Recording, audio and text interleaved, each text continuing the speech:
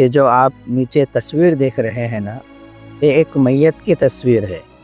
جسم میں جب تک جان تھی تو کبھی جناب ہوا کرتے تھے، کبھی صاحب ہوا کرتے تھے، مگر جب ان کی موت ہو گئی، لوگ ان کا جنازہ لے کر جا رہے تھے، اسی دوران اچانک بارش شروع ہو جاتی ہے۔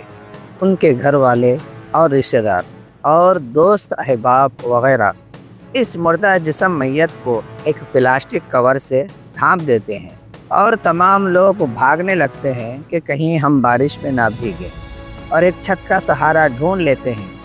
میرے دوست، یہ میری اور آپ کی کہانی ہے۔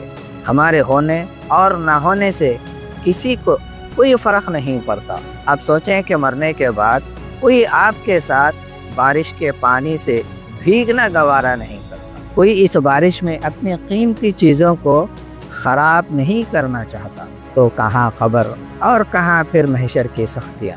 سوچنے کی بات ہے، ہم دنیا داری اور ان رشتہ داروں کے لیے اپنے رب کو ساری عمر ناراض کرتے پھرتے ہیں، اور آخر میں ہماری یہ حیثیت سوچیے گا ضرور۔